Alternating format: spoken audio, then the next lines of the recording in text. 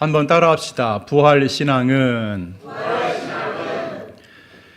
우리가 지난 시간에 부활절 감사 예배를 드리긴 했지만 사실 좀 정신없이 드렸습니다.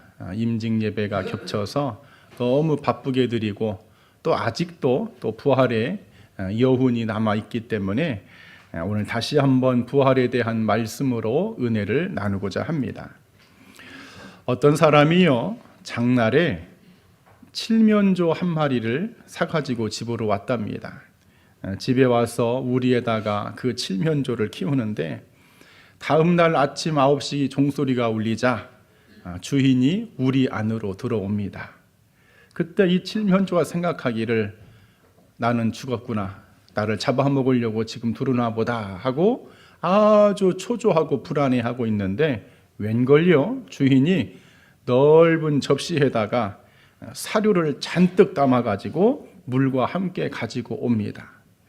그 다음 날에도 역시나 똑같이 하고 그 다음 날에도 계속 이 주인이 지극정성으로 칠면조를 먹입니다. 그래 이 칠면조가요, 배부르게 먹을 수 있는 아침 9시만을 늘 기다립니다.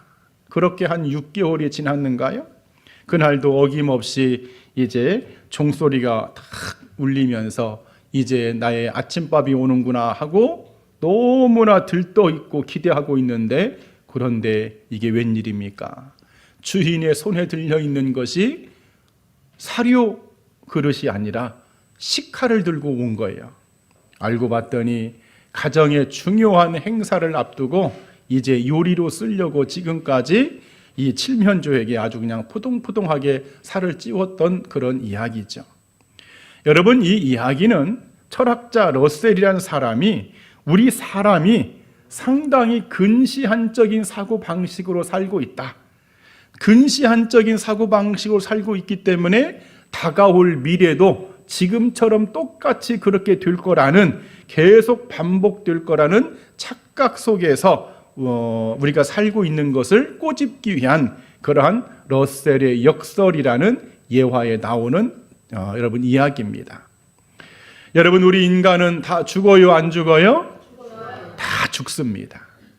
우리 인간은 누구나 다 할 것 없이 죽는데 나는 왠지 안 죽을 것 같이 우리가 그렇게 살고 있다는 거예요. 이런 동일하게 반복되는 것이 마치 칠면조처럼 영원히 살 것처럼, 나는 괜찮을 것처럼 우리가 그렇게 사는 것, 그게 바로 러셀의 역설이라는 여러분 철학의 이론입니다. 여러분, 우리 인간은 누구나 다 죽는데 중요한 것은 이 죽음의 문제를 해결하실 분은 오직 예수 그리스도 부활의 주님밖에 없음을 믿습니다. 그래 오늘 전하 여러분들, 우리는 언제나 항상 늘 부활하신 그 주님을 내 안에 모셔드리면서 우리는 부활의 신앙으로만 그렇게 살아가야 할 줄 믿습니다. 부활은요, 한자로 보면 아시는 분들이 있겠지만은 저기 보니까 다시 붙자 살아날 활자를 써서 부활입니다. 다시 말해서 다시 살아났다, 그것이 부활이에요. 우리가 마시는 그 음료수 중에요, 활명수라고 여러분 들어보셨지요? 활명수? 그 활이 살아날 활자에다가 목숨 명자에 물술자를 써가지고 생명을 살리는 물이다 해서 여러분 활명수입니다. 그런 것처럼 부활은 다시 말해서 다시 살아나다, 부활, 그것이 여러분 부활의 뜻이죠. 오늘 여러분들, 우리는 다시 살아나야 할 줄 믿습니다. 예수님을 믿으면 우리의 속사람이 다시 살아나는 것도 1차적인 부활인데, 장차 예수님의 부활을 통해서 우리도 부활한다는 이 부활 신앙으로만 우리는 반드시 살아가야 할 줄 믿습니다. 그러면 우리가 한 가지 여기에서 질문할 수 있습니다. 목사님, 그러면 부활 신앙은 무엇입니까? 내가 부활 신앙으로 살아간다는 것이 어떤 의미를 가지고 있습니까? 오늘은 이 말씀 주제를 가지고 함께 은혜를 나눌 때에 성령의 조명하심과 성령의 힘주시는 은혜가 우리 모두에게 함께 하기를 이 아침에 주님의 이름으로 간절히 축원드립니다. 여러분, 부활 신앙은 첫 번째로 따라합시다. 예수님의 부활을 믿는 신앙. 오늘 본문 14절 말씀에 우리가 예수께서 죽었다가 다시 살아나심을 믿을진대 이렇게 되어 있습니다. 여러분, 부활 신앙으로 사는 그 첫 번째 시작 단추는요, 예수님의 부활을 믿는 것입니다.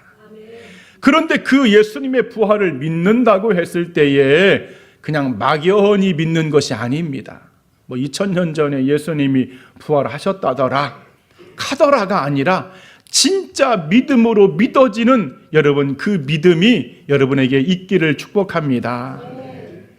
여러분, 사실 예수님 당시만 해도 이 예수님의 부활을 믿지 못했던 그런 일들이 많이 있었습니다. 주님의 부활이 도저히 믿어지지가 않아. 여러분, 그래서 생긴 여러 가지 가설들이 있어요. 가설. 가장 대표적인 가설이 도난설입니다. 다 함께 도난설. 예수님을 따르던 무리들이, 그 제자들이 주님의 그 시체를 몰래 훔쳐가 놓고 부활했다고 거짓 소문을 퍼뜨리는 것이다. 이게 바로 도난설입니다. 이것을 뒷받침해주는 마태복음 28장 13절과 14절에 여러분 그런 내용이 나오죠. 유대인의 장로들이요 로마 군인들에게 뒷돈을 줍니다. 뇌물을 먹여가지고 너희가 말하기를 그의 제자들이 밤에 와서 우리가 잘 때 예수님의 시체를 도둑질했다고 해라. 그렇게 소문을 좀 내어다오. 이 돈 좀 받고 그런 거짓 도난설을 소문내다오. 실제적으로 이런 소문이 많다 보니까 그래, 십자가에 죽은 사람이 어떻게 부활할 수 있어? 맞아, 제자들이 그 사람들이 훔쳐가 놓고 몰래 갔다가 훔쳐놓고 저렇게 하는 거야 라고 그런 도난설들이 있었습니다. 그런가 하면 여러분들, 기절설, 여러분 기절이 뭔지 아시죠? 잠깐 정신을 잃는 거예요. 예수님은 죽은 것이 아니라 잠깐 정신을 잃었다가 다시 깨어났을 것이다. 여러분, 예수님은 십자가 위에서 그냥 죽으신 것이 아니시죠? 머리에 가시관 면류관을 쓰셨고 손과 발에 16cm의 대못을 박으셨고 나중에는 죽었는지 살았는지 확인하기 위해서 로마의 군인이 그냥 창으로 옆구리를 찔러가지고 피를 싹 쏟아 부었습니다. 여러분, 그렇기 때문에 절대로 예수님은 기절할 수 없는 상태죠. 하지만 사람들이 이 부활이 믿어지지가 않으니까, 부활했다고 하는데, 내가 봤다고 하는데 믿어지지 않으니까 그러면 예수님이 잠깐 기절했는가 보다 하는 이런 기절설이요, 그 당시 초대교회에는 상당히 퍼져 있었다고 합니다. 그 다음에 또 하나의 가설이 상징설. 예수님은 진짜 부활하신 것이 아니야. 진짜 살아난 것이 아니라 그냥 상징적으로 기념적으로 그렇게 부활했다고 말하는 거야. 왜냐? 예수님이 살아생전에 그런 말씀을 계속 했지 않느냐. 내가 능력을 받고 내가 침뱉음을 당한 다음에 죽은 다음에 3일 만에 부활할 것이다, 이야기를 예수님이 살아생전에 상당히 많이 하셨습니다. 그러니까는 그런 것처럼 상징적으로 부활했다고 주장하는 것이다. 그렇게 상질성들이 여러분 있었어요. 여러분, 그러나 이런 모든 가설들은 진짜가 아닌 거짓에 불과합니다. 예수님에 대한 부활의 기록은요, 사복음서 전체에 나와 있고 사도들의 그 많은 서신서 중에도요 부활이 다 기록되어 있습니다. 만일에 여러분 성경에 1.1획이라도 거짓이 있다면 성경은 진리의 말씀이 될 수 있을까요, 없을까요? 우리는 지금 여러분 허탕치는 겁니다. 성경이 거짓이라면 우리는 지금 여러분 속고 있는 겁니다. 그러나 분명한 것은 살아계신 하나님의 말씀이기 때문에 여러분 거짓이 없는 진리임을 믿습니다. 더욱이 예수님은요 부활하신 다음에 바로 하늘로 간 것이 아닙니다. 부활하신 후에 40일 동안 이 땅에 계셨어요. 이 땅에 계시면서 오늘 우리가 교동문에 읽었지만 개바에게도 보이시고 제자들에게 보이시고 500여 명에게 일시에 보이셨나니 주님은요 부활하신 몸으로 이 땅에서 많은 사람들을 만나시고 특히나 그 의심 많았던 도마 같은 제자, 요한복음 20장 27절에 양 예수님이 하도 폭폭하고 답답하니까 야 도마야 너 이 손 좀 이리 줘봐라. 너 좀 만져봐. 이거 좀 만져보라고. 여기 못자국 보이지? 네 손을 내 옆구리에 넣어서 창에 찔린 자국을 네가 한번 만져봐라. 만져보고 믿음 없는 자가 되지 말고 너도 믿는 자가 되어라. 부활의 나를 믿는 자가 되어라. 사랑하는 여러분, 오늘 저나 여러분들 예수님의 부활을 추상적으로 과거적으로 그렇게 믿는 것이 아니라 지금 현재 주님의 부활하심으로 믿는 이 부활 신앙이 있기를 축복합니다. 미국에는요 대학교들이 막 100개가 넘습니다. 미국 대학 중에서 넘버 4, 네 번째 상위 클래스에 들어가는 대학, 여러분 스탠퍼드라는 대학교가 있습니다. 캘리포니아 주지사를 지냈던 이 스탠퍼드가 1891년에 설립을 했어요. 이 스탠퍼드는요 광산촌에서 막 잡화상 같은 거 또는 뭐 보급품 같은 것을 몽땅 팔아가지고 당시에 돈을 많이 벌었답니다. 나중에는 사업이 점점점 확장되어서 철도 사업을 하는데 미국 대륙 간에 이 철도망을 놓는 이 사업을 통해서 돈을 엄청 많이 벌었고 일명 철도왕이라는 별명까지 있었던 분이 바로 스탠퍼드라는 사람입니다. 이 사람이 나중에 자신이 가지고 있는 부와 권력을 인하여 국회의원, 미국의 국회의원 상원의원에 여러분 당선이 되죠. 자, 그런데 이 사람의 일생을 바꾸어 놓는 엄청난 사건이 하나 벌어졌습니다. 하나밖에 없는 아들이 죽어버렸어요. 이 아들이 하나밖에 없는 아들의 장례식을 치르고 너무나 절망과 실의에 빠졌습니다. 밥도 못 먹고 막 너무 슬픔이 극도에 여러분 몰아치니까 견딜 수 없는 거예요. 그런데 어느 날 잠을 자는데 환상 가운데 이 아들이 생생한 모습으로 나타나서 환상 중에 아버지, 저는 부활의 예수님과 함께 있습니다. 저는 부활의 주님과 지금 함께 있으니 걱정하지 마시고 나를 대신해서 청년들을 위해서 아버지 좀 청년들을 도와주세요. 이 여러분 환상을 본 거예요. 꿈에서 깨어나서 이 스탠퍼드가요 너무나 슬픔이 바뀌어 기쁨으로 바뀌어지면서 그렇구나, 예수님이 부활하셨구나, 예수님이 살아나셨고 내 아들도 지금 예수님 곁에 살고 있구나. 자신의 아들의 소원대로 청년 교육의 모든 자신의 삶을 살기로 다짐합니다. 1891년도 그 당시에 2천만 달러, 그 당시에 200억을 들여서요 대학교를 짓습니다. 여러분 그 당시에 200억이면 지금의 여러분 환율로 여러분 굉장히 큰 돈이겠죠. 그 돈을 가지고 어려운 학생들을 돕고 이 스탠퍼드 대학을 설립해 가지고 그렇게 그의 인생을 살아갑니다. 나중에 그가 죽을 때 남긴 멋진 유언이 있습니다. 나의 재산에, 내 재산의 1센트라도 절대로 남기지 말고 내 모든 재산을 학생들을 위해서, 청년들을 위해서 써야 된다라고 하면서 여러분 이렇게 주님의 품으로 돌아갔습니다. 여러분 이 사람이요 이렇게 자신의 인생을 바꾸었던 여러분 결정적인 이유가 무엇입니까? 바로 부활의 예수님을 만난 그 사건 때문인 줄 믿습니다.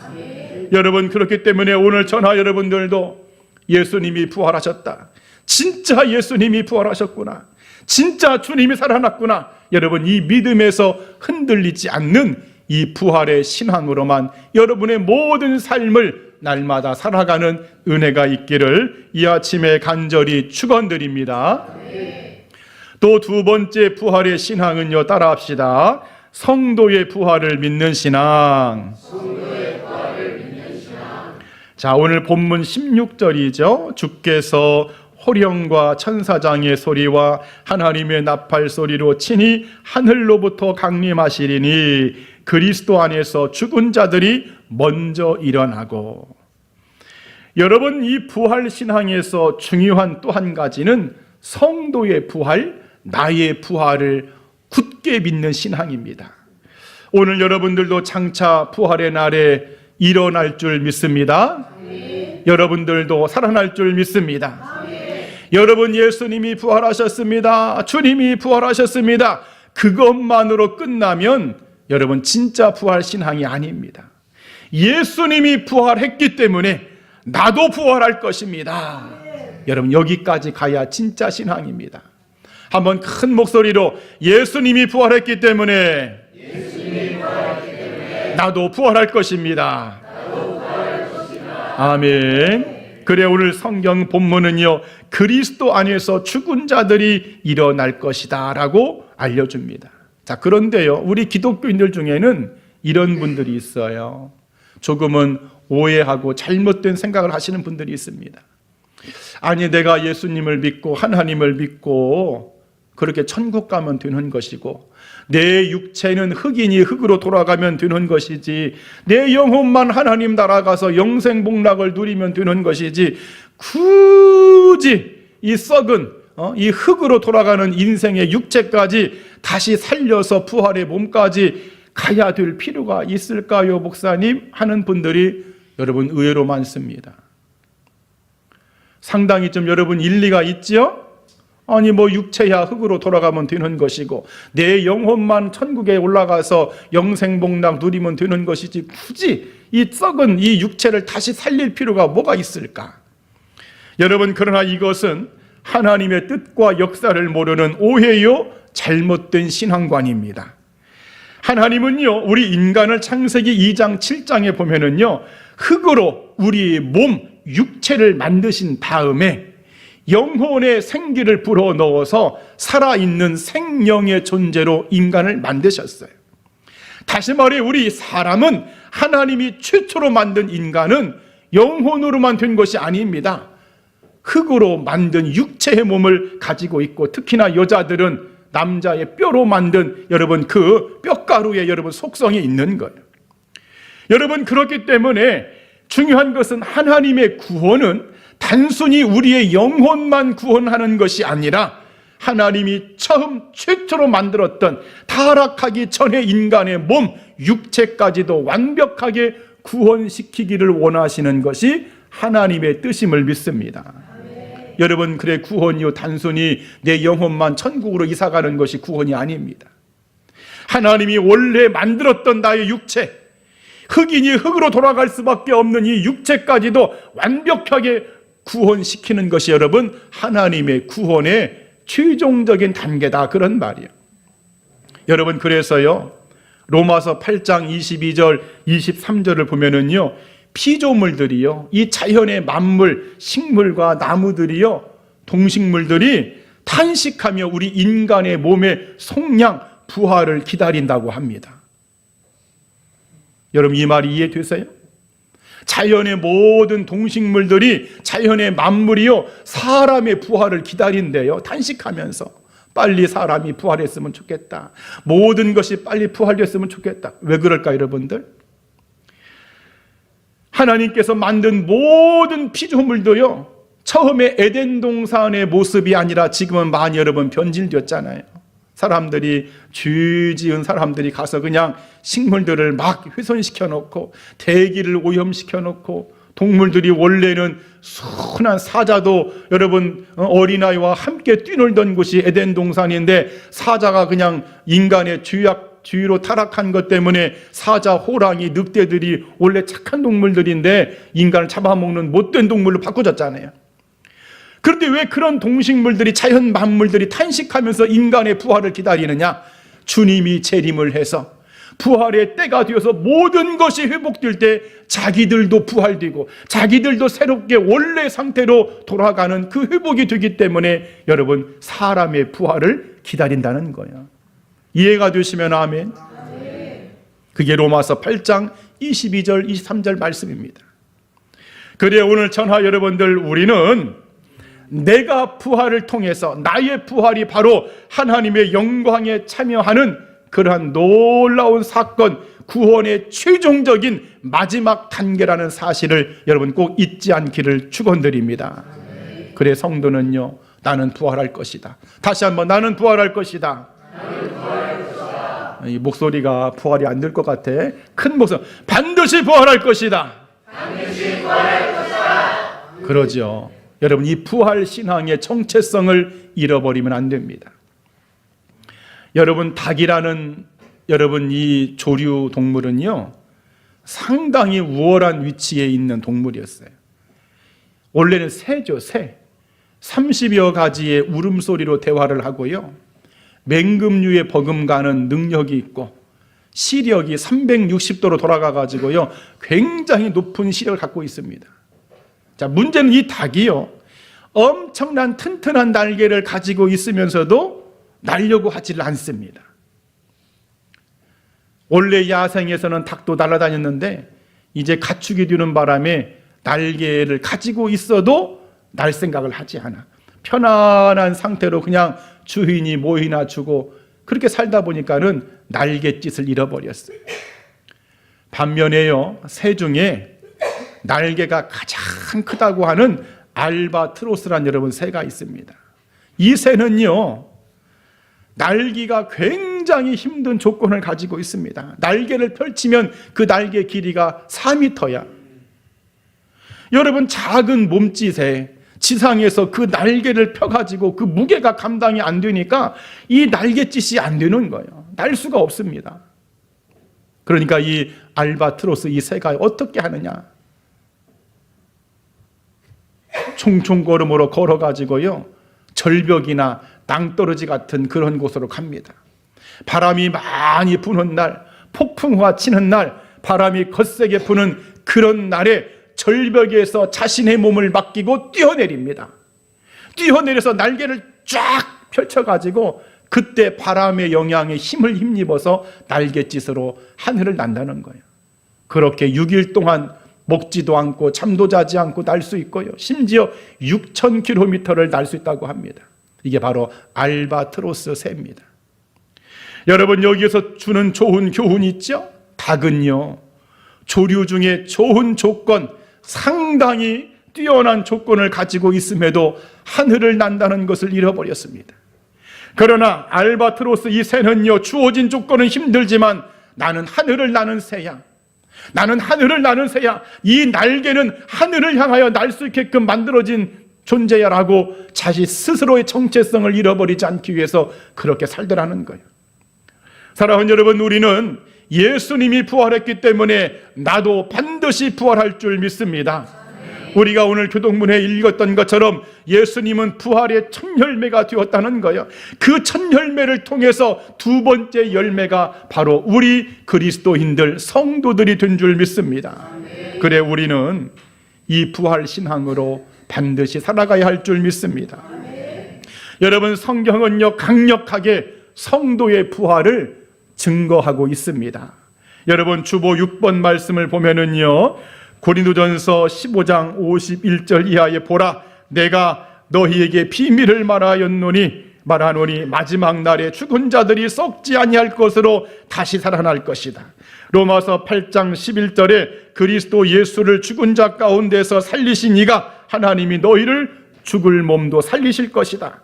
심지어 구약의 말씀에도요, 다니엘서 12장 2절에 나와 있어요. 자는 자 중에 많은 사람이 깨어나, 자는 자 중에, 죽은 사람들 중에 많은 사람들이 깨어나 영생을 얻는 자들이 있겠다는 거예요. 여러분, 이것이 바로 성도의 부활을 증언하는 결정적인 말씀들입니다. 그래, 오늘 전하 여러분들, 나도 장차 뭐 한다고요? 나도 부활할 것이다. 여러분, 이 믿음으로 사는 것이 뭐냐면 바로 부활 신앙인 줄 믿습니다. 이런 신앙으로만 날마다 살아가기를 간절히 축원드립니다. 마지막 세 번째 부활 신앙은 따라합시다. 슬픔과 절망을 이기는 신앙. 자, 오늘 본문 13절 첫 번째 절이죠. 형제들아, 자는 자들에 관하여는 너희가 알지 못함을 우리가 원하지 아니하노니 이는 소망 없는 다른 이와 같이 슬퍼하지 않게 하려 함이라. 여러분, 초대교회 성도들에게는요 슬픔이 하나 있었어요. 슬픔. 예수님이 승천하시면서 하늘로 주님이 지금 올라가십니다. 그리고 주님이 말씀하십니다. 얘들아, 내가 속히 올 것이다. 이 말씀을 하고 주님이 구름 사이로 가리워져서 하늘로 올라가셨는데, 자기들은 그래서 주님이 속히 온다고 했기 때문에 주님이 금방 오실 거야, 한 일주일만 우리 기다리자, 한 달만 기다리자. 왜 주님이 안 오시지? 좀 더 있어야 되나? 6개월만 기다리자. 아무리 기다려도 주님이 오지를 않네. 주님이 속히 오지 않습니다. 그러면서 주변에서 1명, 2명 믿음의 성도들이 목숨을 잃습니다. 순교해서도 죽고, 나이 먹어서도 죽고, 병들어서도 죽고. 그러니까 이 사람들의 마음에 어떤 불안이 있느냐? 아니, 주님이 속히 와서 우리도 부활이 돼야 되는데 저 먼저 죽은 저 사람들은 혹시 부활이 안 되는 거 아니야? 저 사람들은 주님이 오기 전에 죽었기 때문에 혹시 부활이 안 되는 거 아니야? 라는 이런 걱정, 고민이 여러분 생긴 거예요. 그럴 때 오늘 이 본문 말씀에서 사도 바울이 우리 주님이 뭐라고 말씀하시느냐? 죽음을 자는 것으로 이야기합니다. 형제들아, 자는 자들에 관하여는, 이렇게 말하죠. 여러분, 이 말은 무슨 말이냐? 데살로니가 교인들아, 데살로니가 성도들아, 그리스도인들아, 인천 신실교회 성도들아, 저들은 죽은 것이 아니야. 죽은 것이 아니라 지금 자고 있는 거야. 그러니 슬퍼하지 말고 소망을 가지고, 여러분, 자고 있다는 것은 다시 깨어난다는 거요? 그냥 여러분 잔다는 거예요? 그러죠. 자고 있다는 것은 여러분 다시금 깨어난다는 거예요. 우리가 여러분 밤에 자지요? 여러분 밤에 주무시죠? 네. 밤에 주무시면서 나는 다음날 안 깨어날 거야, 여러분 그런 사람 있어요 혹시? 자면서 다음날 아침에 나는 반드시 깨어날 거라 여러분 그러고 주무시잖아. 여러분 바로 죽음이 그와 같다는 거예요. 예수 안에, 부활의 주님 안에 그 예수님을 믿는 모든 그리스도인들은, 성도는 그 죽음이라는 것이 그와 마찬가지, 자는 거와 같다는 거. 여러분 그러기 때문에 죽음이 슬픈 거요, 기쁜 거요? 참 답변하기 어렵죠. 죽음이 슬프기도 하고 기쁘기도 하고 그렇습니다. 일단은 인간적인 마음으로 좀 슬프긴 하지만 성경은요 그 죽음이 잔다는 거예요. 여러분 그렇기 때문에 여러분 부활의 신앙은 슬픔과 절망을 이기는 신앙임을 믿습니다. 여러분 우리의 모든 인생도 마찬가지입니다. 우리 인생도, 우리는 이 세상을 살면서 많은 삶의 고통과 상실감에 빠질 때가 많지요. 무너지는 때가 있습니다. 우리 오늘 집사님 멋진 기도해 주셨는데 막 건강으로 아프기도 하고 경제적으로 너무 실패해서 돈 때문에 그냥 하루하루 사는 것이 너무나 지쳐 있고, 오랜 시간 동안에 노력했음에도 불구하고 결실과 열매는 없는 것 같고, 생활은 좀처럼 나아지지 않고, 하나님 앞에 기도는 했지만은 상황이 더 어려워졌을 때, 뭔가 어둠의 먹구름이 내 앞에 있을 때 우리는요 절망합니다. 슬픔에 빠집니다.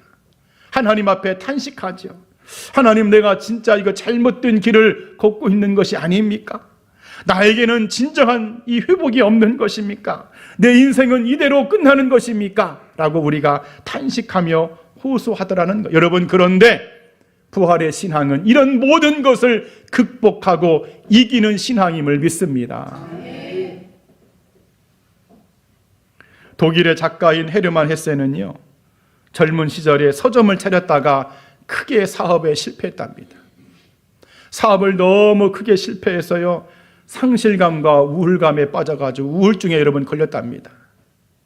그런 우울증에 걸려 있어서 너무 상실감이 큰 나머지 집에서 그냥 글이나 쓰자 하고 방구석에 처박혀서 글 쓰다가 여러분 그 글이 노벨 문학상을 탄 거예요. 나중에 헤르만 헤세가 그런 간증 고백을 하지요. 내 인생의 부흥은 쓰러졌던 그 자리에서 시작이 되었습니다. 그 실패의 자리에서 내 인생의 부흥이 됐다는 거예요. 조니 에릭슨 타다라고 하는 여자가 있습니다. 이 여자는 17세 나이에 목뼈가 부러져 가지고요 평생 휠체어를 타게 되었어요.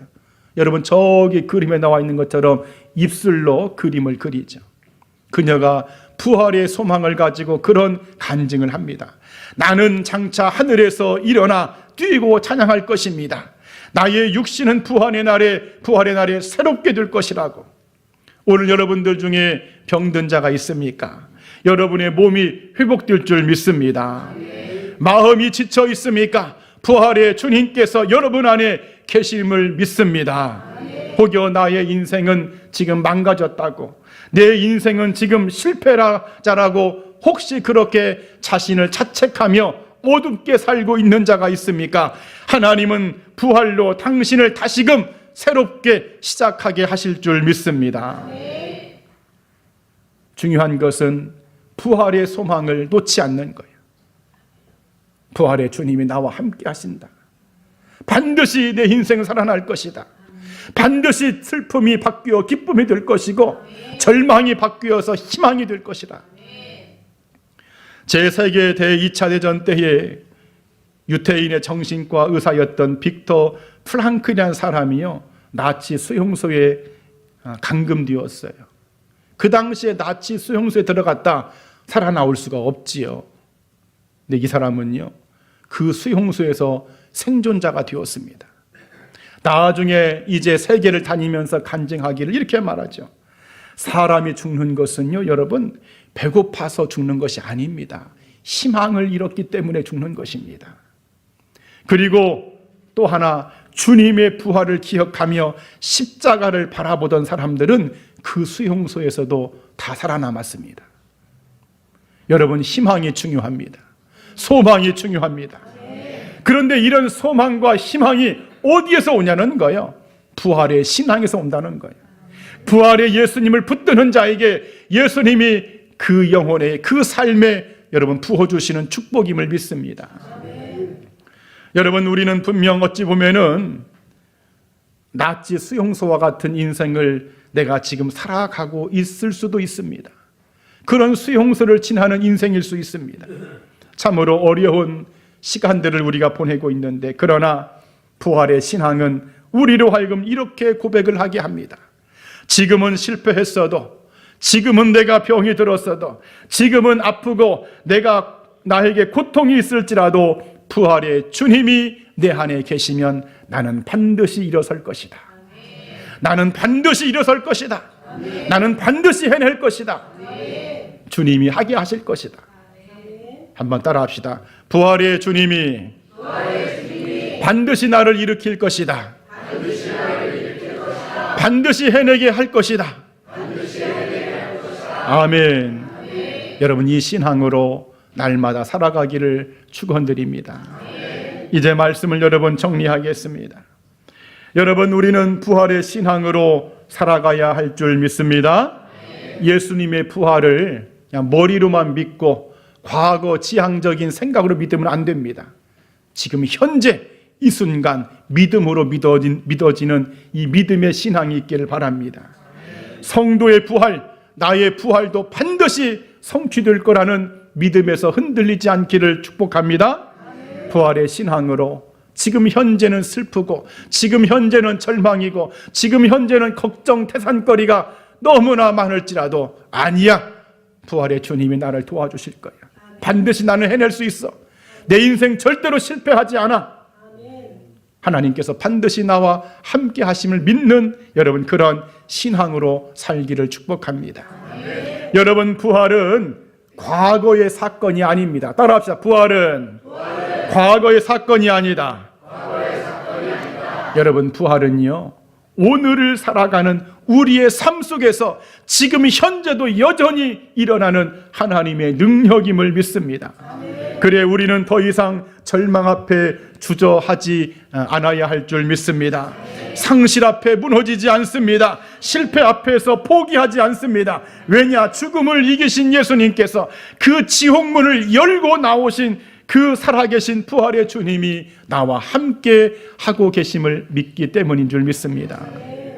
이런 부활의 소망을 가지고 절망을 넘어서 소망으로, 눈물을 넘어서 찬송으로 넘어진 실패의 자리에서 다시금 일어서는 부활의 신앙으로 날마다 승리하는 우리 모두가 되기를 주님의 이름으로 간절히 축원드립니다. 아멘. 기도하겠습니다.